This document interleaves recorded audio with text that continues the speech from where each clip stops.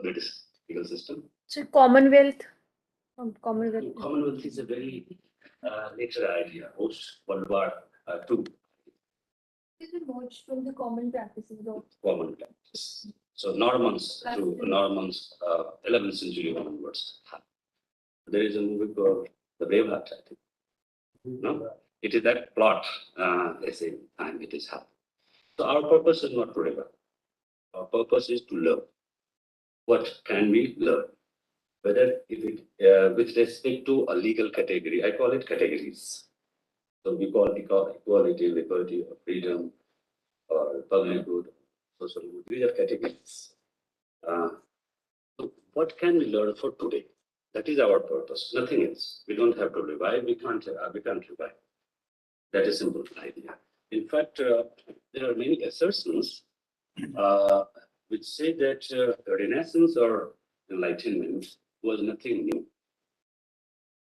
There were cultural writers and literature, culture, but it was merely reinterpretation or revival of Greek ideas or ancient Roman ideas, and that resulted into enlightenment of Europe, Industrial Revolution, all that. So let us start. Our topic is simply development of modern liberal law. Only terms gets unusual word. It simply means a practice or norm which is against the existing one, or proposal which is against the existing one. Between predispositions of European law and indigenous practices, I would like to start with certain fundamental ideas. Sir William Blackstone, who is said to be the first authority to be codifying in a way by way of writing a treaty, common law practices. So he became an authority, and that is the second half of the 18th century, 1765 onwards. These all volumes of first edition were published in 1765 between and 1770. First, I think this book is in now in third edition presently. Now here, Blackstone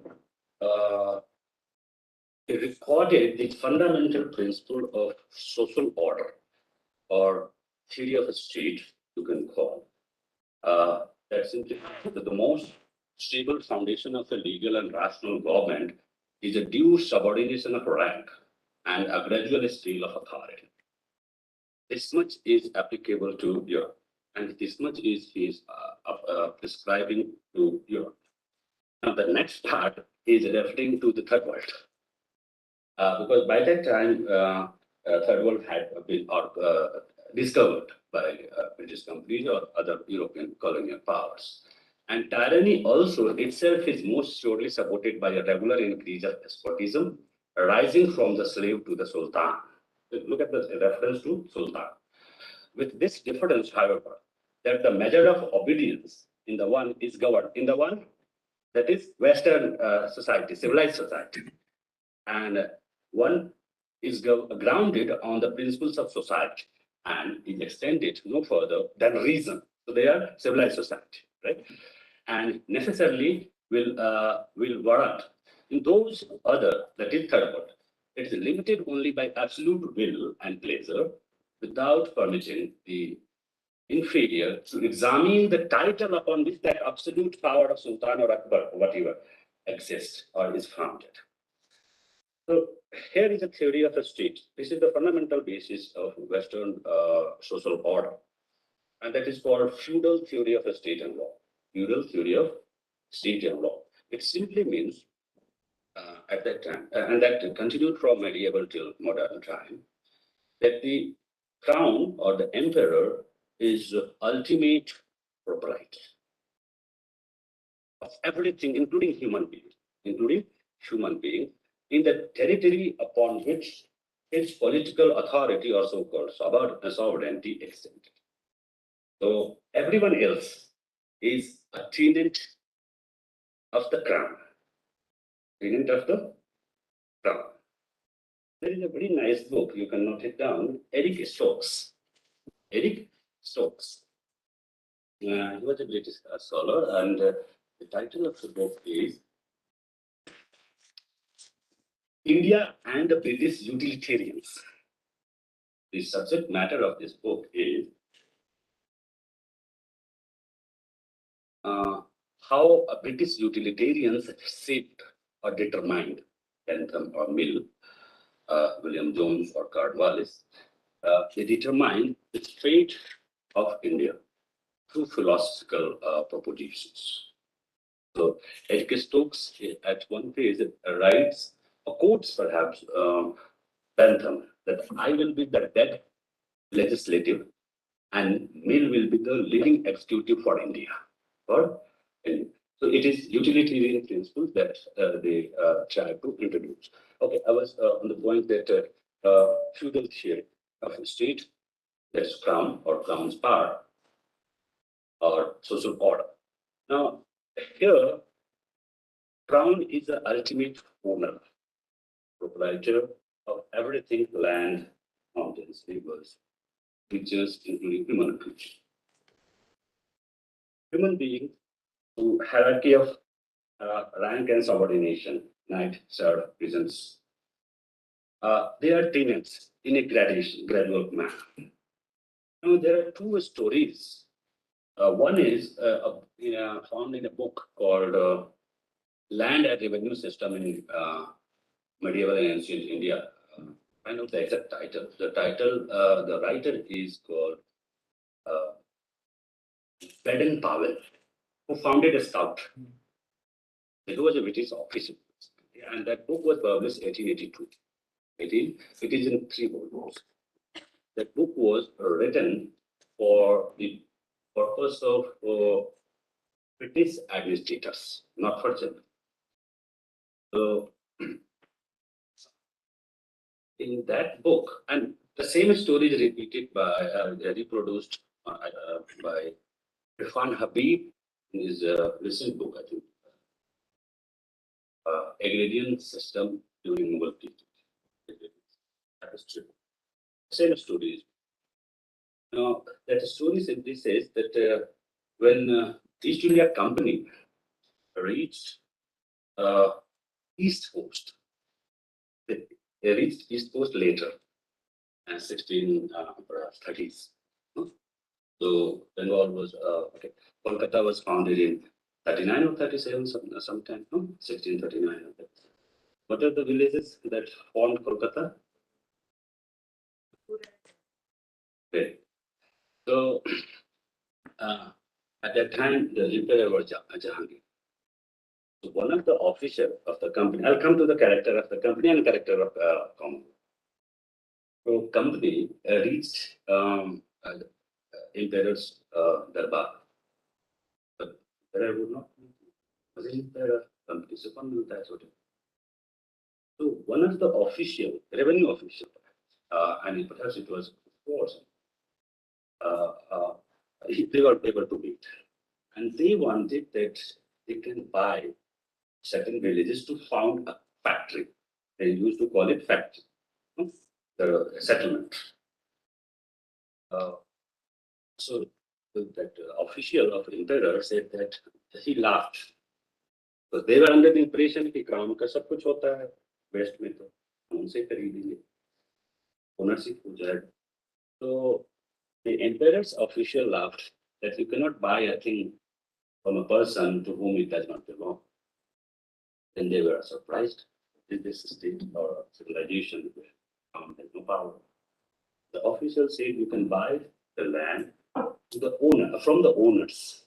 Who are the owners? It is the farmers or villagers. So it's a different matter whether the ownership of individual or corporate collective. So then they went back and they bought had a certain they founded trading center. Now, when they came to India, it was a unique place for them. They were not aware that there can be a system like that. There can be a system. They were only aware of the feudal system. Okay, come to next point. This is a paragraph from Roscoe Pond's book, Introduction to Philosophy. It says philosophical theories have had much influence in shaping actual. That's what is acceptable. But the latter part criticizes the Western philosophical practices. Their role of philosophers, has not been critical or creative, but explanatory. They have not shown how to build, but have sought to satisfy men with what they had built already. Examinations of these theories is an illuminating study of how philosophical theories of law grow out of, this is important, grow out of the fact of time and place. Fact of time and place. As explanations thereof, and then are given universal applications as necessary explanatory or determinative of social and legal phenomena for all time and in every place. So the idea is, which Roscoe Pond is criticizing, that the Western philosophers have innovated or created or built later. They happen to find a particular practice, particular norm prevailing in a particular cultural and space setup. And what they will do, they will raise that idea to a certain level of abstraction, generalization, and then they will offer all. This can be applicable, and this is applicable to everyone, everywhere. Okay. A next quotation that I would like to tell you. This is from Max Weber, Weber's book called Protestant Ethics. The dominant law and legal systems of Europe in modern period were advanced by the merchants and traders, men whose interests were not always at accord with the interest of the medieval feudal elements in the Western society. Now here, the dominant law and legal system we are referring to liberal. The law we have today, the constitution. Now, these were developed primarily by a merchant class. They were still emerging in nationalist stage after industrial enlightenment, industrial revolution. So their interests were at odds with the lords and emperors. So they now there is a debate that which part of law developed first as in modern common law, and it is said that it is commercial, state law, merchant law, and you already know it guys. He has stopped, his influence was so that he has stopped public law development when he wrote book British law. So, so public law was could develop later in modern times, and see what you are used to have it. So merchant class. Now East India Company or companies which went to American continent or Australian continent or East Asia or Indian continent, they all were private persons. They were not part of crown or political system. You know, there is a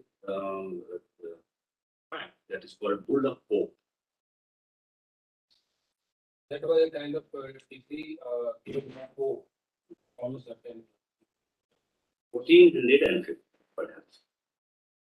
In 1540. 1540. Since all imperials of Europe were under the moral or authority of church or papacy, it was divided newfound lands between empires or amongst different empires, and that is called Bulla Pope. It's the tradition. So East India came, Indian subcontinent came to British shape. Now, law. There is another writer, and that is called Arthur Belden Keith. He's a great Indologist. Arthur, similar to that, Hegelian Dad. His book is Constitutional History of India, 1600 to 1935. This book was published sometime. It's a very nice book. in that book, very first chapter explains the history of India, East India Company. East India.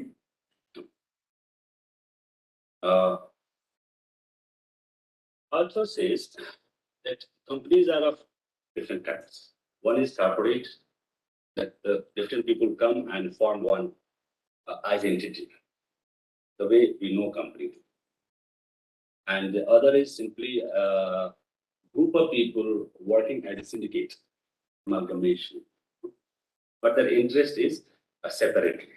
So there is a, suppose this is a boat, the 10 people have agreed to come. We have brought our resources, not to it, not to it.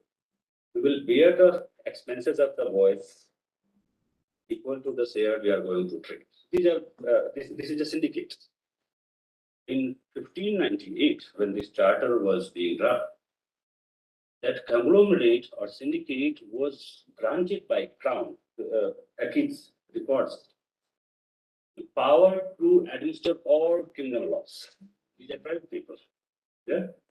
Traders, merchants, all criminal law, even to the extent that they can hand suit. That is, about death penalty. They can have their own court and make war with other communities on behalf of the crown. This was a very, look at the convenient method of the character of common law. Because this was extracted by, or such arrangements were extracted by merchants or traders.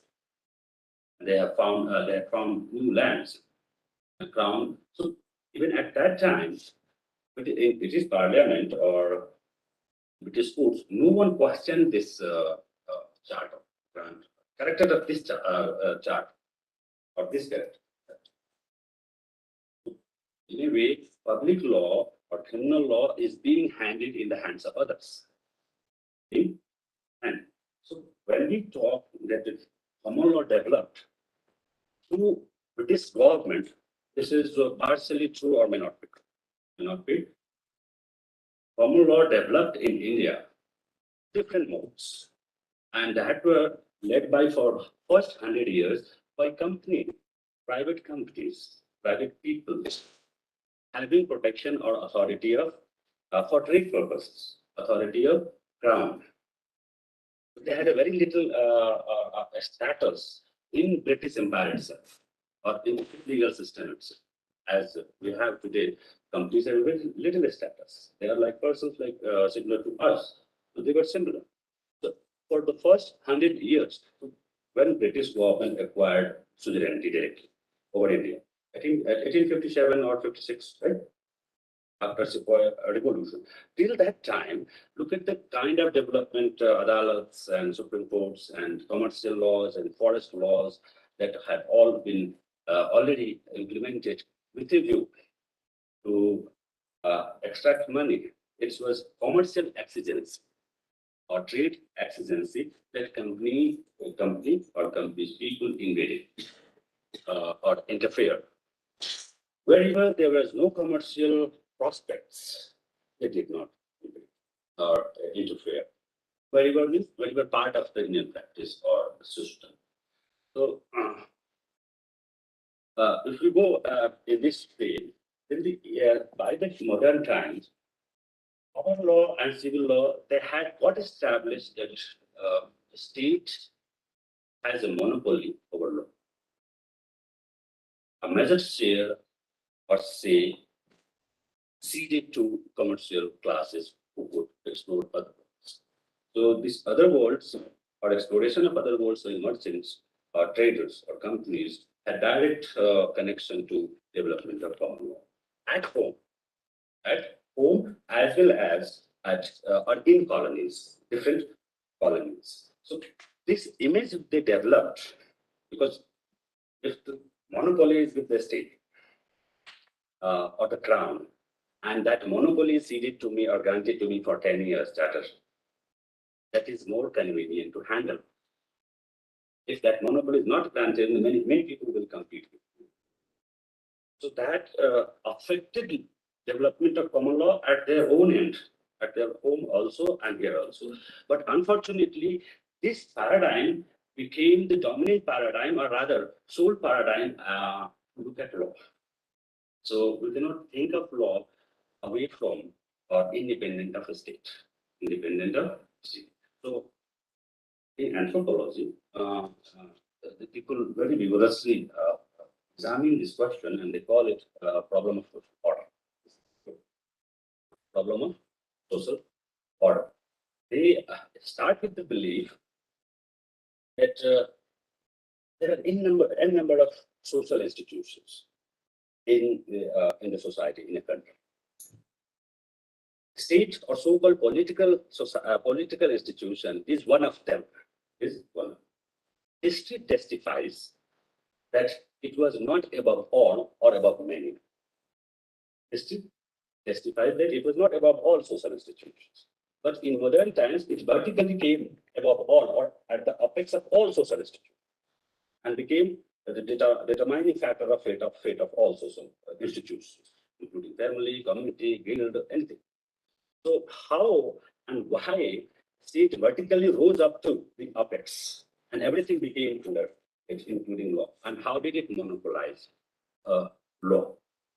So if you look at the modern idea, that is state as an entity, having monopoly of law, it is a very new phenomenon. It's not it does not have predecessors or beyond 17th century. It's very new. So civilizations had existed without having this idea of a state or this status of a state. So it can determine our everything. So prior to 17th century, and that's where our pluralism is relevant. That's where a demand for pluralist understanding. We are not saying that pluralist laws would come. It already exists. It already exists. But that has to be recognized. That has to be acknowledged. And that has to be accommodated as part of it. That's where legal pluralism keeps you. The understanding of law that is advocated according is that in fact law was below. Law was below. State was below, law was above. So many of you might have read that reading is there in our reading material, and that is Sally. Sally? Angel Sally, Maria Angel Sally. Mary Angel Sally. It's the most famous writing, a small writing.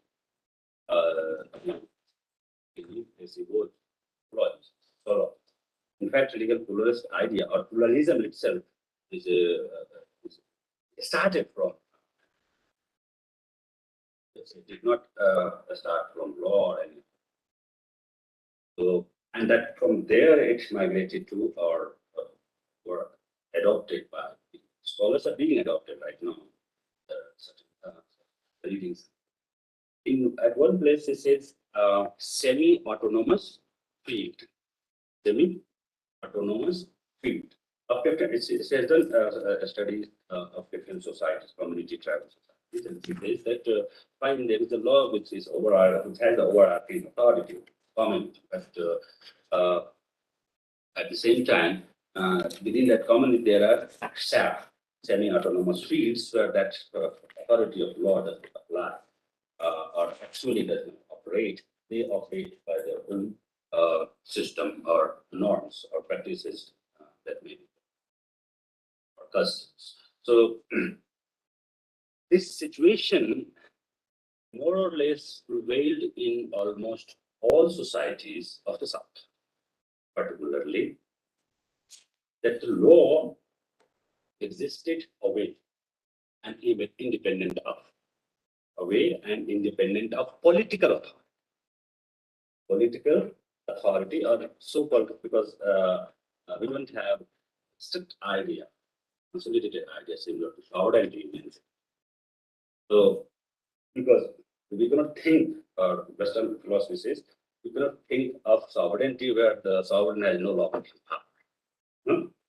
So if you look at the ancient Indian society, king or emperor had little or no power to make it. King or emperor had little or no power to make it. Law existed prior to the king or existence of king or emperor, independent of. So emperor was bound by law or the king was bound by law to implement that law only. So from where that, and that's where the people's idea of people's law becomes relevant.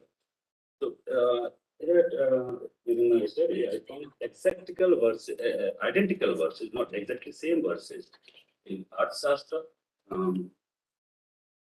Kautilya, and one was 24. And that verse was, what are the sources of law? That is, what are the sources, or what are the laws by which every individual or king must abide by? So, okay, see here. Manu, and that is exactly similar in also found in Arthashastra. Manu enumerate chief sources of law in the form of Vedas, which is said to be revealed law, divine norms.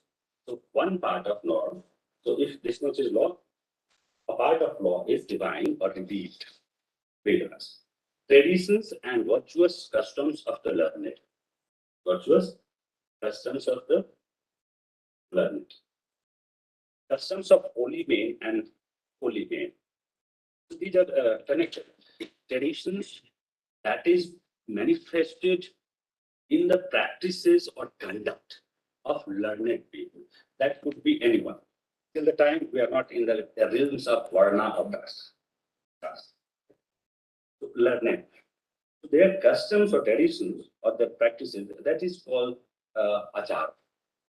In Sanskrit, it is called, sometimes it is called sadachara, right? So Vedas, sadacharas, and then you have the uh, third source and last source is the self-satisfaction. So when there is a proposed conduct before you, कौन सा action लेना है, and you ask yourself, कौन सा action, option of X would be appropriate, was one of the source. So man, no, if you look at, none of these sources are external to man, to whom it is going to apply. In fact, all of these sources are internal to man. So if you look at legislation, we cannot say this is a figure of speech of Rousseau or Locke or Hobbes that we make law through general will or percentage. You already know in practically it's too much gap and there is might not be any connection. So these laws, legislations are external. When we talk of positive law, what Bentham said or what Austin advocated, these are external, coming from outside, above. All of these sources are somehow internal, to which we are connecting, and that's why it can be positive. What about Vedas, sir? How does it- Vedas, okay, there are contradictions, there are debates. Some believe that this is not revealed, similar to Bible or Testaments or Quran. Some advocate that if these texts can be Bible or Testament, Ten Commandments, can be taken to be revealed, that is originating from other worldly sources, other transcendental. Why not Vedas? Why not Vedas? So there is a debate that and that may not be solved. So, but here Vedas, the rules of Vedas are in such a manner, prescribed in such a manner, that it does not appear to commanding you from outside. You read Vedas, any of the Vedas, does not appear to be commanding, because that is the effect of spirituality or religion mixed with whatever religion is. That can be seen effect of. So still somehow I believe that it can be taken to be inter, because you are taking, you have taken already it. You are brought up in that fashion. when we, now here, when you refer to, famous writer and name, these devices, what was the device he developed? Status to status to. Now, these were devised to show that the Indian or subcontinental or even South, all South, even Newfoundland in America, they cannot be said to have a legal system. Cannot, because these are static societies. They are not progressive societies. They are developed up to a particular level, and then they lost. They could not develop devices or means to go beyond that, progress beyond that. So they are a static society. I'll come to yes. Sir जो आपने अभी इसमें बताया sources of law according to Manu, Hmm.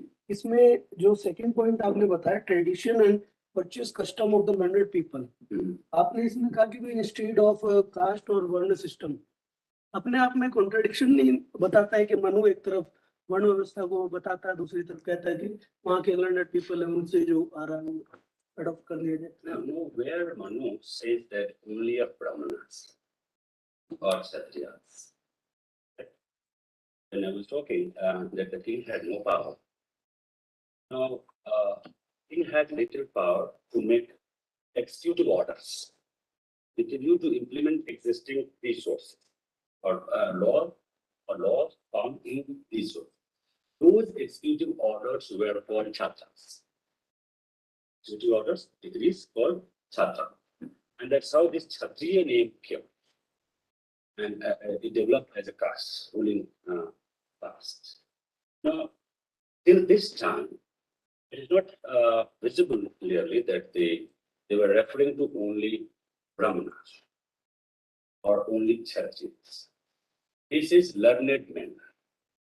Now, an interpretation can be that the only Brahmana or certain castes or varna were allowed to read Vedas. This is a complex issue that needs, I'm not commenting on that, but my interpretation is it refers to all. I'll come to a little digression.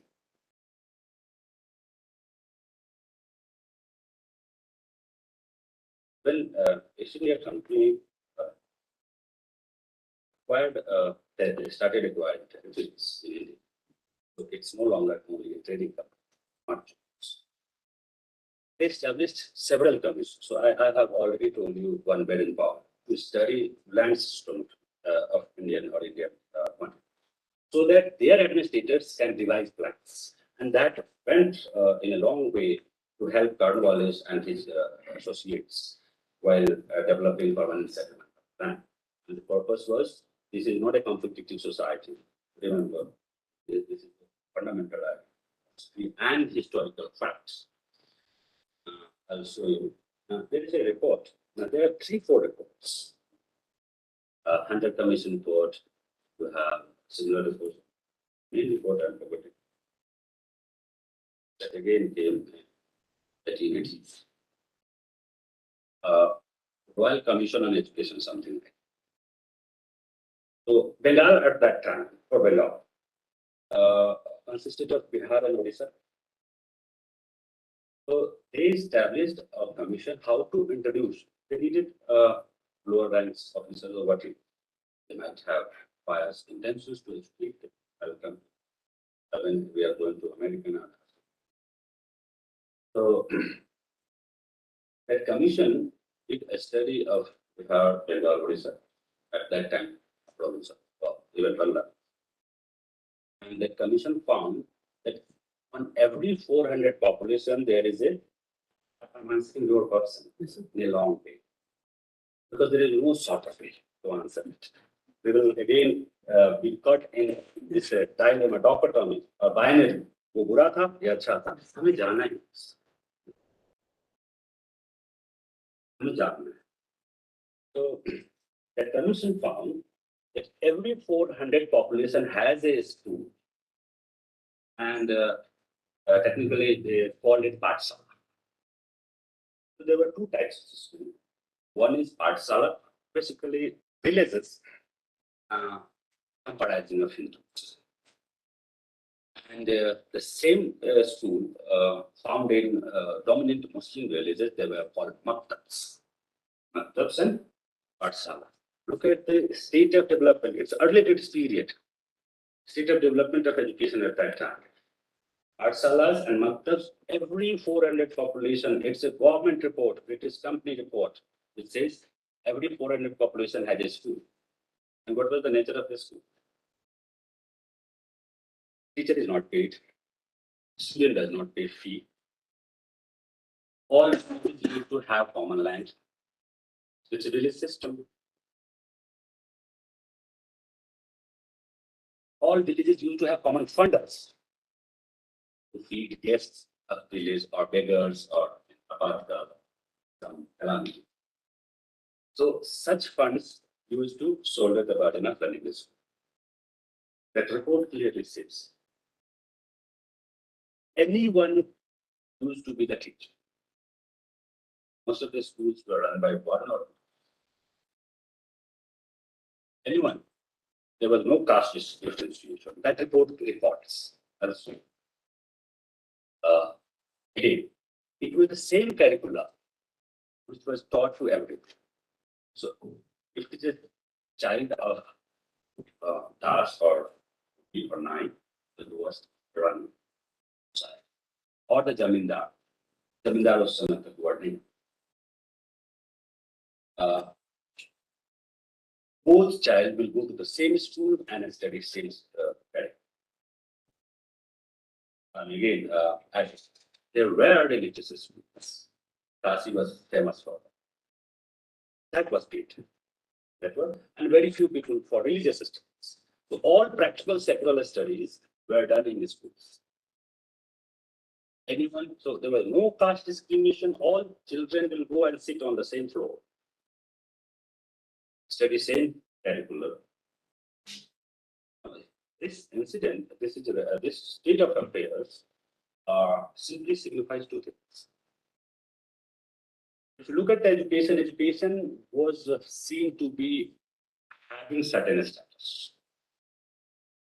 Certain status. And on the other hand, answer to your question. This is British report, and it's old report in the beginning of the British report. So they did it only to destroy schools and introduce, and after that, Meghalaya and others, village system and that village schools debate emerged. Right? So that so education in that sense has a unique status. So if you look at now on this point, if you try to analyze what is meaning of equality as a doctrine, milta to hai. Article 14 or so-called freedom. The Western philosophy pillars, two pillars, liberty and these are the central organizing principle of Western equality, idea of equality, idea of liberty. The two pillars around which every right revolves. And Akhil Bilgrami says that these two ideas were conceptualized in such a manner that there exists a deep tense and he had delivered that lecture at UNI. That is there in his book called Democracy. Deep tension, right? But if you keep away equality, look at equality. Look at equality the way it got enshrined in Indian Constitution and that are operated by different tools for classification. Now, new doctrine called indirect discrimination. Now, these doctrines are not needed. Neither this idea of equality is needed for a better society. We can go from learning from our own ends. Look at the school exam.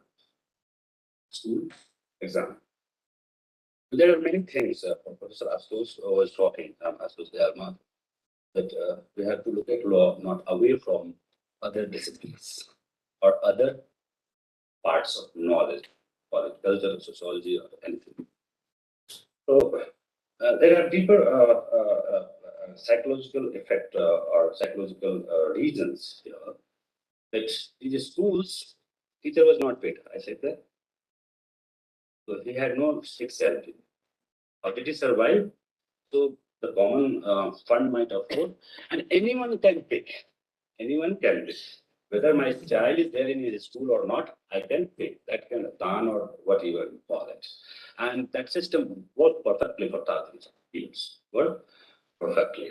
Now, idea is no one was excluded from the good call education. That is perfectly clear in these reports and historical studies. No one was excluded. On the basis of anything, forget about caste, even any monetary barrier. भी देना होता तो monetary barrier filter होता ना? So what kind of equality can emerge? Idea of simply the idea of non-exclusion. Don't call it equality. Idea of non-exclusion. In certain things, I'm not saying every sphere was in a manner structured in that manner, not a work in every sphere of life or life of society. No, that's not true. That may not be true.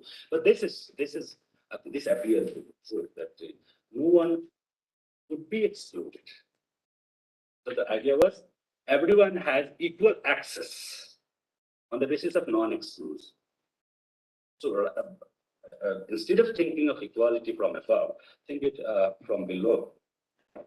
The idea, if you look at the classification, idea of exclusivity, that one can be excluded is built in. Built in. I'll come to that point a little later. Before that, I want to discuss some other points.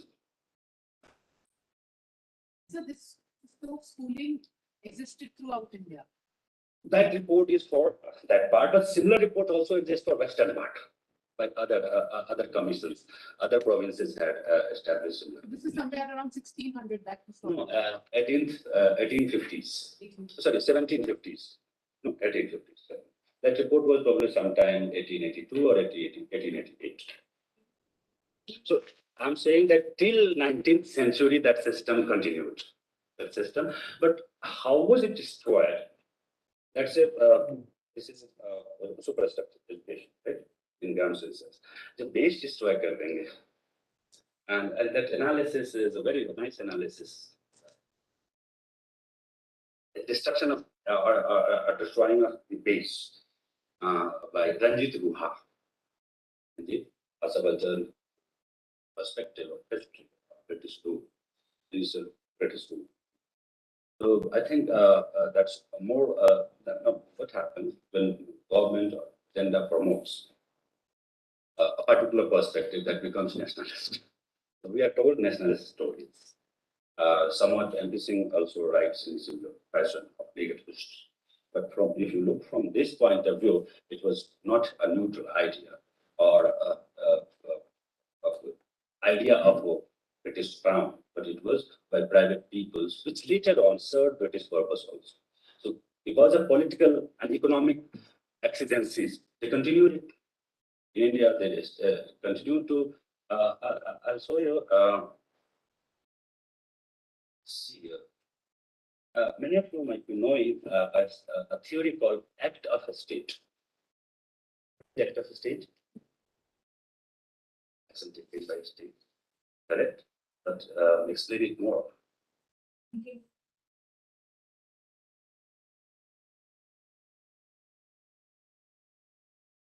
Somewhere constant that is related. Any case you remember? And in law of courts, or constitutional clause. Huh? The recent cases, older cases. P and O steam navigation. It is, right? That is post-independent, right? Peninsular and Oriental steam navigation.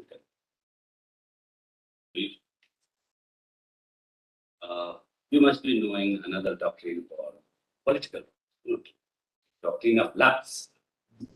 What is Dalhouse? Very good. Whenever there is a kingdom without a national head, then you cannot adopt, the property would directly lapse. Rest of time come to this topic only. On that pretext only he took Jhansi. Right? Yes, yes, and that was one of the first. Oh, square. Okay.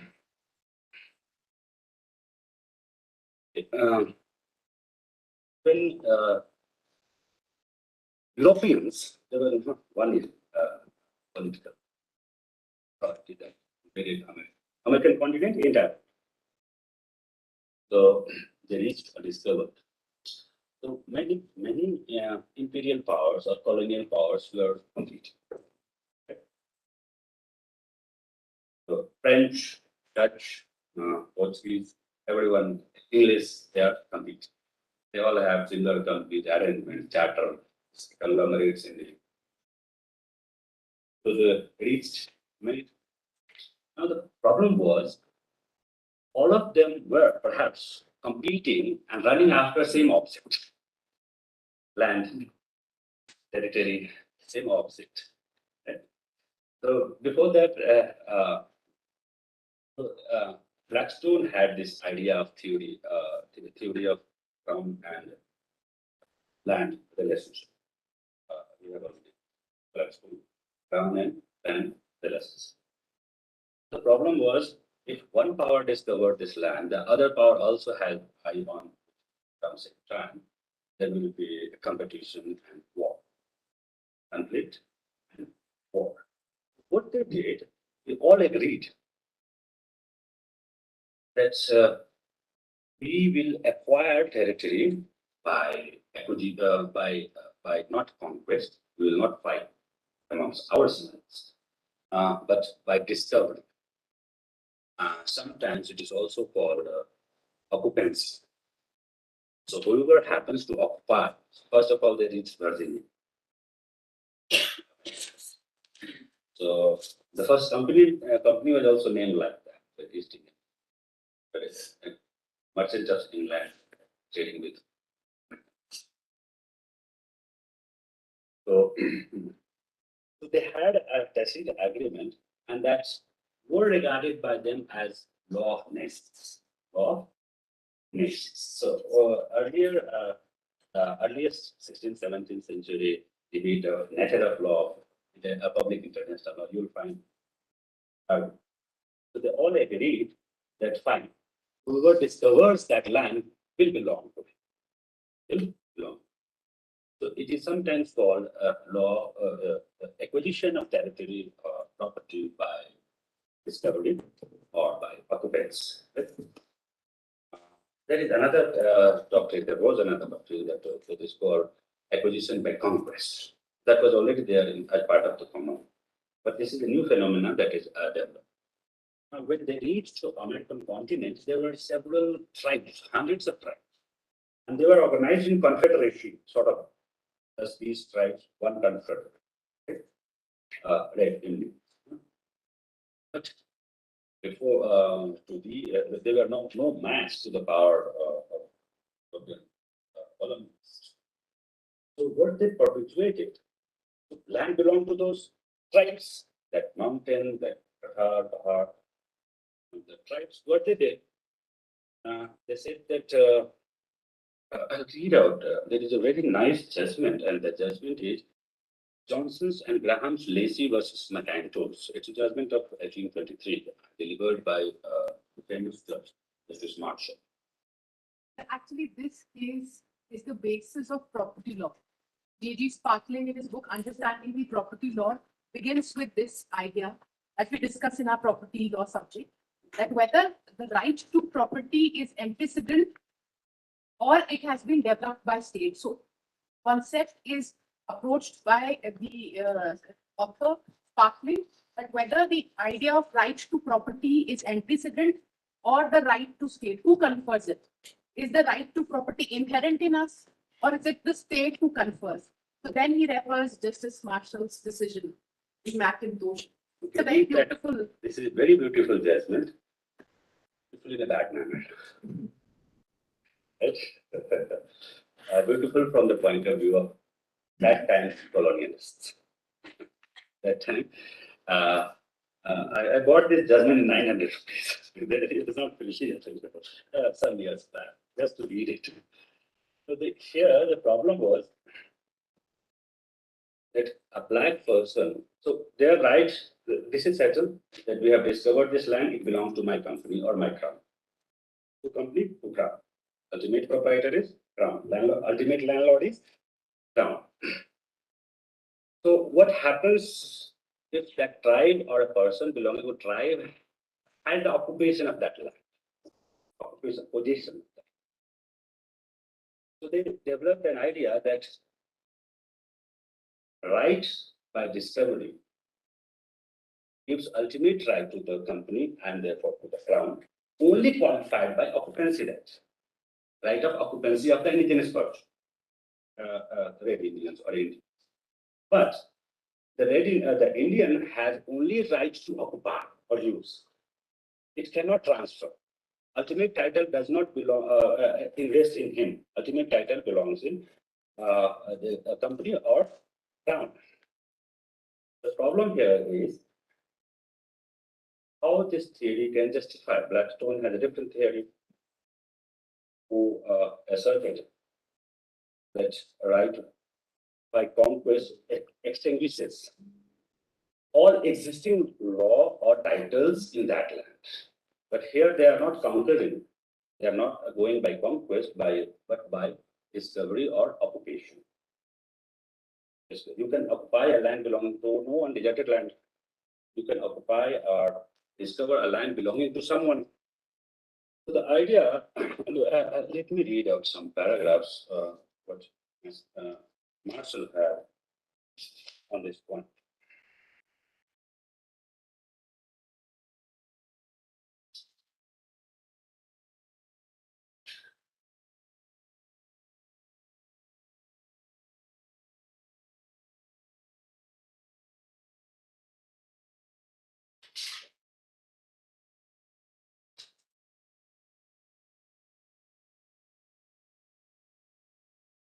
In the present America, inception of European common law rule began with the establishment of a private company.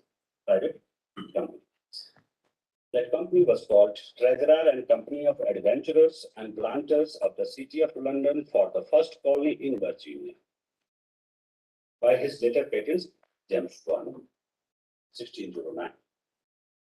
In 1624, the colony came under the royal government. So in Britain, America, it was early. By 1776, it became India. In the instant case, the primary question was whether the American native tribes, had the proprietary rights to transfer land to private American citizens. John Marshall, Justice Marshall developed and applied the theory of discovery of a new land by colonial powers that gave it to the colonial power ultimate dominion. This sovereignty was, however, merely qualified by rights of occupancy of the inhabitant. These were legal rights that could not be transferred by the indigenous people except to the colonial power. Even occupancy rights could only be transferred to the colonial power, that is the government itself, company itself. Marshall stated the rule in following peculiar language. The United States then has unequivocally acceded to the great and broad rule by which its civilized inhabitants now hold this country. They hold and assert in themselves the title to which it was acquired. They maintain, as all others have maintained, all others different colonizers, that the discovery gave an exclusive right to extinguish the Indian title of occupancy either by purchase or by conquest, or gave also a right to such a degree of sovereignty as the circumstances of the people would allow them to exercise. It is interesting to note that the way in which court framed primary issues to be decided by it. Marshall determined the course of inquiry. What is the question he framed to answer in this case? Whether the power of Indians to give and of private individuals to receive a title which can be sustained in the courts of this country. So whether this court can sustain, entertain. And then he laid down three premises on as basis to answer the question. First premise was the right of society to prescribe those rules by which property may be acquired and preserved is not and cannot be drawn into question. Right of the society, which is the idea. Society consists of the like, not Indians.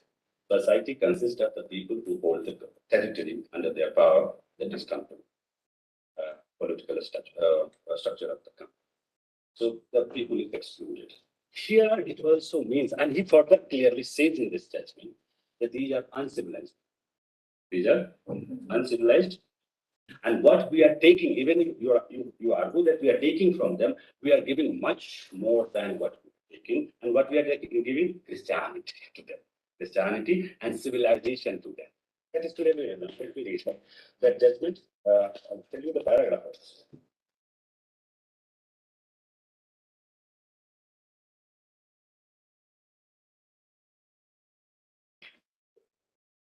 The second premise was the necessity of not exclusively relying on those principles of abstract justice, which the creator of all things has impressed on the minds of his creations. What is this reference? Locke's idea, the whole world is given to the mankind in common. Martha says, नहीं, ये abstract idea छोड़, यहाँ उनको suit कर रहा था, उनके मत जाओ, क्योंकि तब वो मेन बन जाएंगे ब्रेकफास्ट, तो उनको भी देना पड़ेगा. Okay. That those principles also, which our own government has adopted in the peculiar case and given us as a rule for our decision. So we have to be abide. So the entire agenda is already decided. So entire tribes called Indians were out, stripped of every right, on the idea that they are not civilized, they do not have a political order or social order. So this territory can be occupied or acquired by discovery. Right? Discovery. So a unique quality of this judgment was that it used real historical facts contingent upon the circumstances of discovery. This is a fact, discovery of the American immense continent by war or conquest, which held promise and colonial prospect for all the great nations of Europe, eager to appropriate to themselves so much of it as they could respectively acquire. The colonizing powers used as self-justification the inferior character and religion of Indian inhabitants for their subjugation. The theory of white man's vote. The theory afforded rationalizations for their act of colonization that they made ample compensation to the inhabitants of the new land by bestowing upon them civilization and Christianity in exchange for unlimited independence. Okay, resources, unlimited power. So that is ample compensation, and this is the wording of a judgment. Is it wording of judgment? Okay. When we come to the same colonial powers, when they reached Australia, they found a different convenient method. In Australia, they invented a theory called terra nullius. Terra nullius, a territory belonging to no one. A territory belonging to no one. It's equal to rational. A thing belonging to no one. So finder is the owner or possessor, who got happened to possess it, is the owner. So they applied a new doctrine. This is a very orthodox doctrine in Australia. And the original inhabitants called Aboriginals were regarded as they are not. If they are people or they are human beings, they can claim the continent or the parts of the continent. So they were called, this is a terra nullius, and we can occupy it. Simply, we can occupy it. That is, if you are studying juvenile or sort of things, there is a concept of stolen children. Stolen children.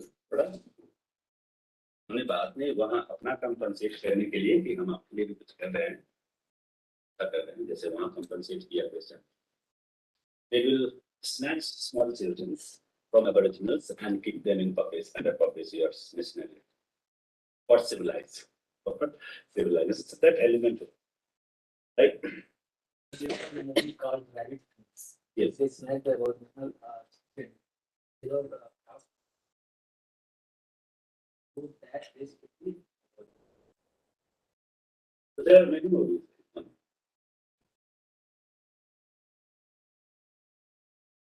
So in Australia, this theory continued in 20th century. But what happened? By the mid of 20th century, anthropological studies developed. So there were many anthropological studies and involving even aboriginals now they have. They brought a case, and that is called Tirappan versus Nabalco in the High Court of Australia, High School for Tirappan. This is the judgment of 1970. In 1971, on the basis of certain anthropological and sociological investigation and reports produced by non-law people, right? These groups of Aboriginal tribes, they filed a suit in a High Court, saying that our tribe have lived this coast or this territory, this area, for time immemorial. Okay? And they use a specific word, something like that.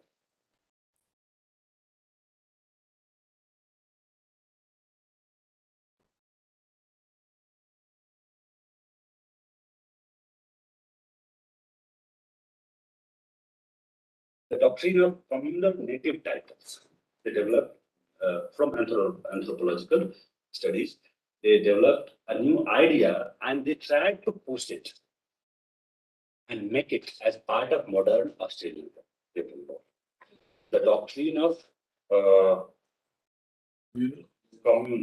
communal native title haq over that thing or property. So they said there are studies which proves that our tribe or clan has lived, inhabited this territory for time before you came, or thousands of years prior came. So on that basis, certain property rights in those lands or territories should be granted to the community, the tribe. The uniqueness is they were not asking individual for the community because that's the nature, to the nature. Now, in Millidapon, Nabalco 7 Blackford was chief justice. Now, he denied in a very discursive manner. Blackburn says the authorities show that the law relating to the application of English law to overseas possessions of the crown was, in principle, well settled by 1788.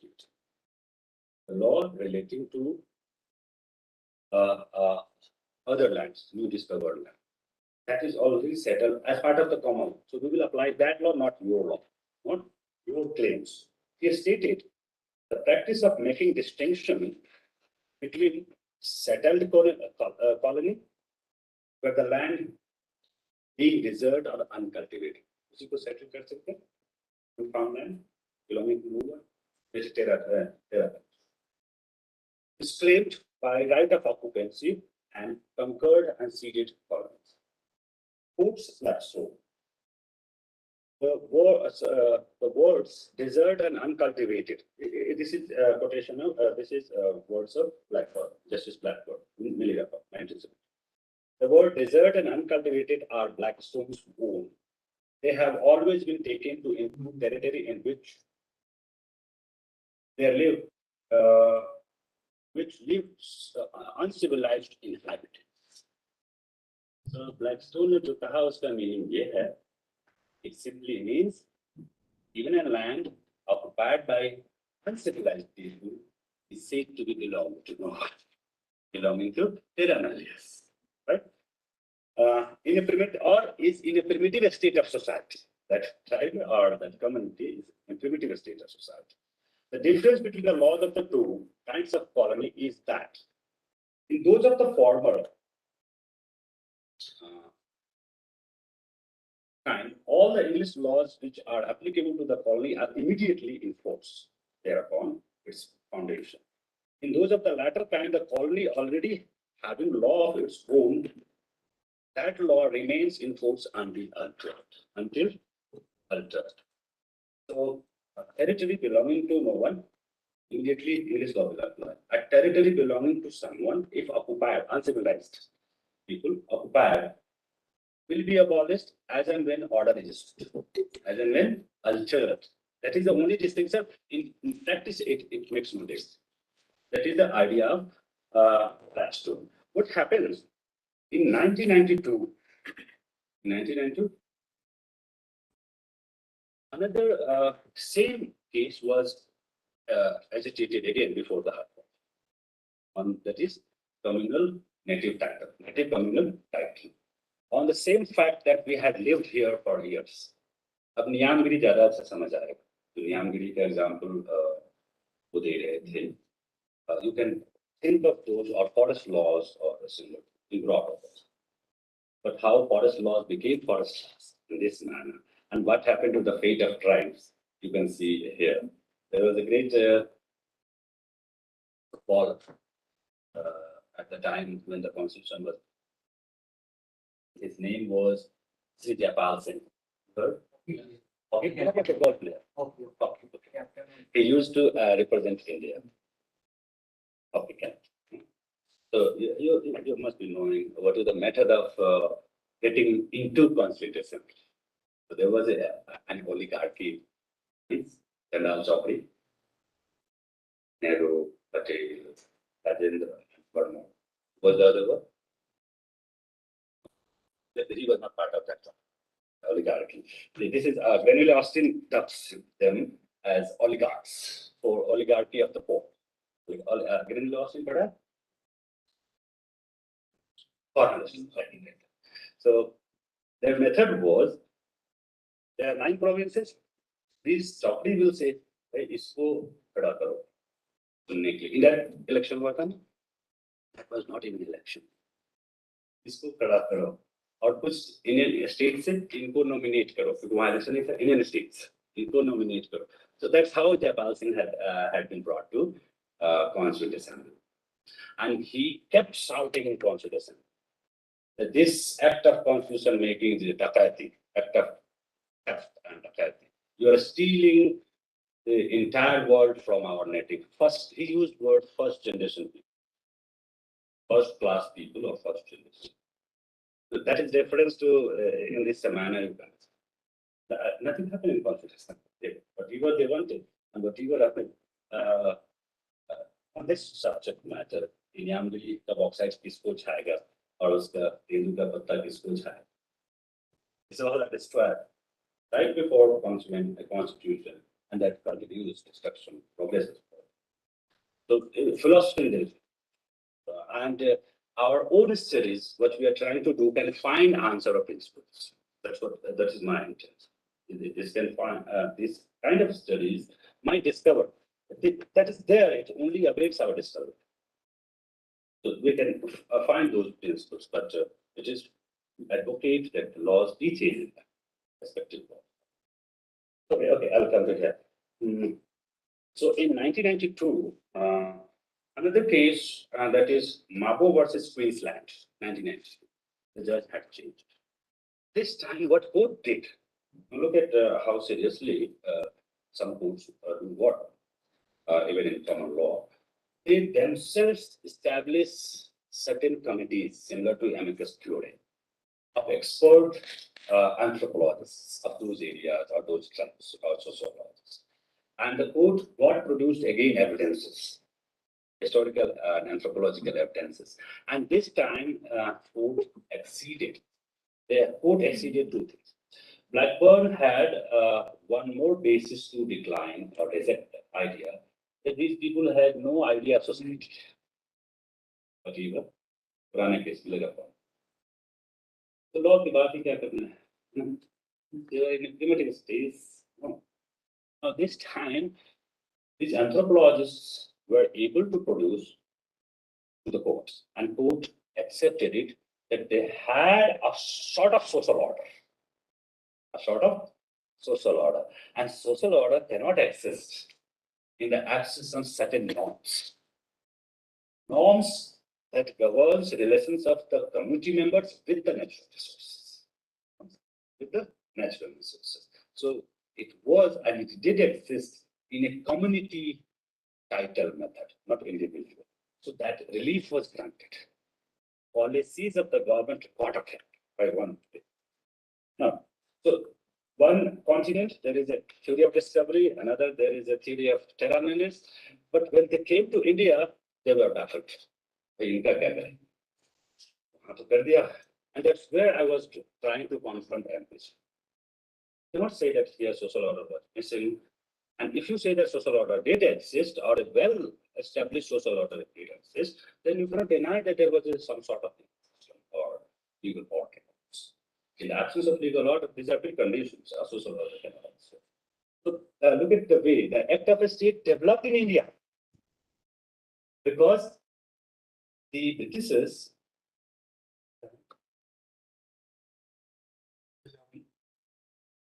can you meet after 10 minutes?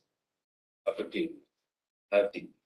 Now we are going to finish this development of Act of the State and how it is affecting today even Commonwealth through our this body. So let us meet after 10 to 12 minutes.